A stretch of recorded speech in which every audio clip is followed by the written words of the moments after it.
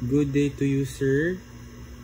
Right now we're going to show you how our system works, since we haven't got the chance to show you the system earlier because of the technical difficulties.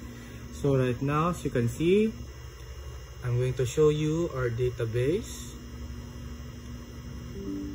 We used SAMP and then localhost for our credentials documentations. So this is our table, count details. So this is the structure of our SQL, sir. Here you got the chance how to query the code, and then here is the structure, the table, which is the registered accounts. So as you can see, we are going to test one out of many credentials to input in the said system. So right now we're going to choose this account phone number 12312 and the account password early bird. So let's get back to the system. Since we have already registered the 12312 for the phone number, and for the password is early bird, we are going to check that if the said credential is going to be verified into the system. So right now, since we have registered, we're going to log in. So right now we're going to input the 12312, and for the password is early bird.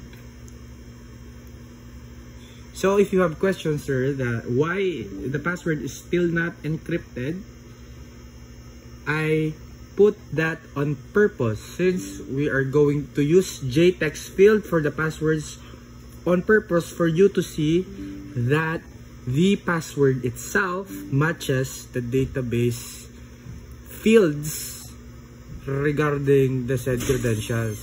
So right now we're going to log in. Okay, first of all, I'm going to by any chance, I'm going to be how can I say this, put an invalid inputs on purpose. So as you can see, a message dialog pops out that says invalid credentials. On the other hand, if you put the correct credentials, if you're going to log in, it says here account match.